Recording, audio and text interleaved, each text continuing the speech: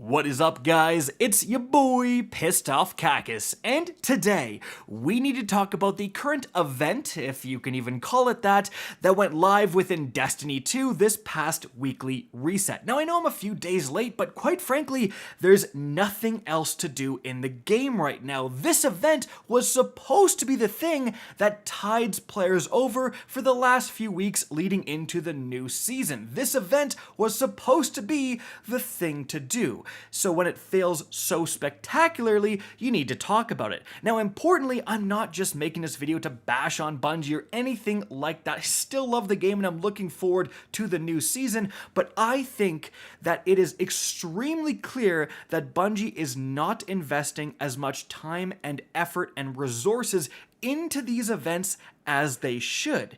Importantly, we've had events in the past, and I'll go over a few later in the video, that have been very fun, very engaging, that have given players things to do. And so when you don't invest enough resources into an event, and especially as is the case with this current one, launch it at a time when player dissatisfaction is already extremely high and there's not too much to do in the game right now, oh, it is the perfect storm for just a pile of crap. So, what the heck happened?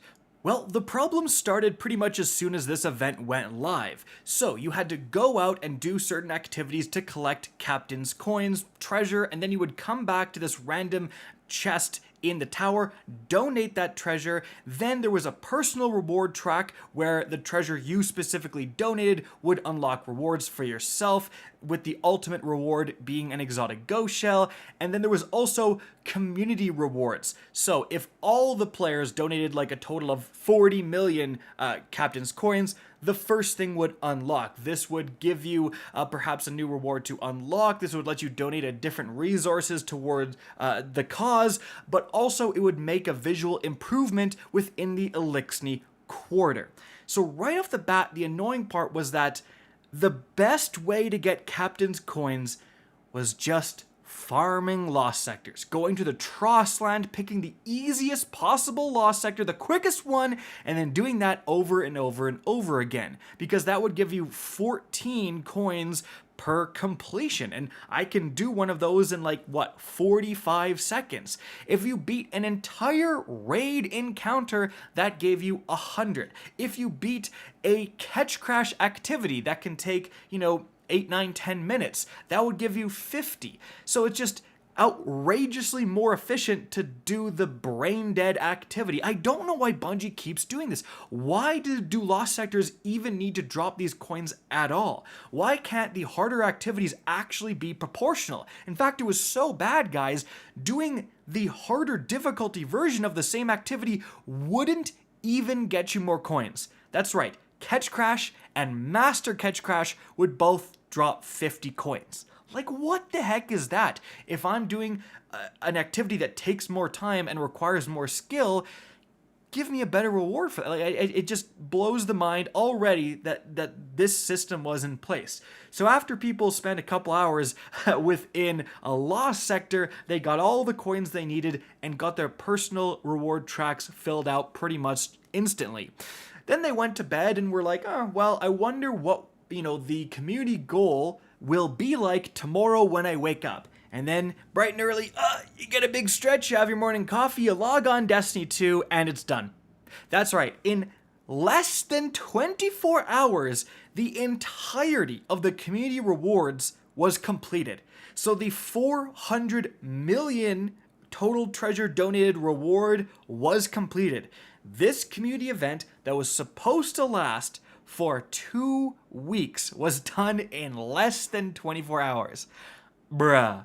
And the way it was done is also under some suspicious circumstances. There was actually a glitch that, as you can see using Scarrow's video, let you simply swap treasure maps to generate infinite treasure coordinates. And of course, one of the community unlocks was the ability to donate these treasure coordinates. So in a couple of hours sitting in the tower, you could donate, 1,000 times more resources than Bungie expected. But should they have expected this? Because this glitch did not get discovered when this community event went live. It was actually discovered closer to the beginning of the season. So it's been around for weeks and weeks. Did Bungie not know about it? Or did they simply not care? I don't know how much this actually contributed. Was enough people doing it to actually make a big difference in the donation goal? Maybe. I mean, again, we did complete it in 24 hours, but there's now kind of a sour taste in everyone's mouth. Did we really run through this because Bungie ignored a glitch within 24 hours and now we're done with this activity? And then the hits keep coming because people obviously went to the Eliksni Quarter and went around going, what changed? Well, it turns out not as much as people expected. So I'm actually playing the promotional video that Bungie released for, $200 million or wherever it was. We grew some corn, we got a staircase, and of course the kicker was the maximum $400 million public speaking zone where they put up some wooden benches and a little podium and hung some strings. That's it. And so obviously this turned into an absolute meme fest. Everyone was commenting on all the official posts being this is a money laundering scheme, Spider's making away in his yacht, all hilarious memes, I'm not gonna lie. Where'd all this money go? You know what I'm saying? But again, it's just kind of this was supposed to be this big community event healing the Eliksni Quarter that is not a new thing this season. We've been going there for the past few seasons, actually, and it just culminated in some wooden benches and some corn. It's just so sad. Now, yes, some differences were made visually, and you can't expect them to completely change the entire look of the area. That probably would require more development time than an event like this is actually worth. But again, people simply expected more because there's been some great events in the past, guys.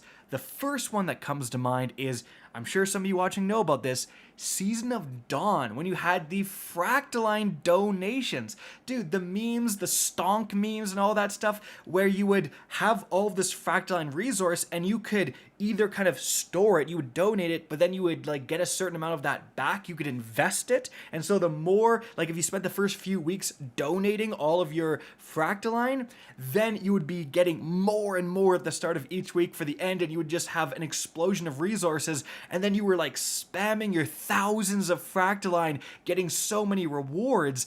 That was a super fun time within Destiny 2. Just the volume of rewards you were getting from this activity was insane. And when we look at it compared to this activity, it's so sad. I mean, you have to donate 1,000 Captain's Coins to get one little reward, and the best thing you can get out of it is a red weapon. And that's a whole nother issue that's kind of plaguing the game right now, and it's gonna be an issue for the next year unless Bungie does something about this, where I don't care about these red weapons coming at the end of the season. I'm sure a lot of you guys watching are in the same boat. You guys got your red weapons done. You unlocked the crafting blueprints weeks ago. And so now when this activity comes and the main reward they're dangling is red border weapons, I don't care. I literally have it all done. If this event came sooner in the season, near the beginning of the season even, and it was offering these red weapons, I'm sure it would be a lot more exciting. But coming near the end, when we've gone and unlocked all of the max tier rewards for the season where we get, guaranteed red borders every week and stuff like that, it's just a reward that doesn't matter for a whole bunch of players. Whereas with the Fractaline reward, you're trying to go for that 5 out of 5 random god roll. So even if you have a really, really good, old-fashioned hand cannon, for example, you're trying to get one with the perfect magazine perk, right? You can just work for that extra, 1% and make it the ultimate weapon that you really want. But we've kind of lost that with the crafting system. It's either red border or it's not. And that binary system of reward either means you care about the reward or you don't. And it's as simple as that. And quite frankly, again, at the end of the season, after so many methods of getting these red borders have been in place for so long, most people simply don't care about it. And this could have been solved if Bungie had said, okay, the red borders, we already have so many mechanisms to reward them. It's so long in the season, people already have them. Let's decide for a different reward. And they somewhat did with the exotic ghost shell. But I'm always sitting there and wondering, is there not more cosmetic rewards you can spare? Like, look at Eververse. There's never been a season where Eververse is lacking, right? It has always chocked full with awesome armor sets, exotic ghost shells, exotic sparrows, new shaders, all of that stuff. What if Bungie took one armor set, or I guess 3, one for each character, and put that as the rewards for this event? Could you guys just imagine how hype this event would be if your personal track was leg ornaments, chest ornament, and you would unlock an entire armor ornament set for your character? Like, that would be actually insane. That would be so worth it. Obviously, it'd probably be harder to get captain's coins and all this stuff. You'd have to grind a little bit more, but you'd be totally willing to grind to get a sweet armor set.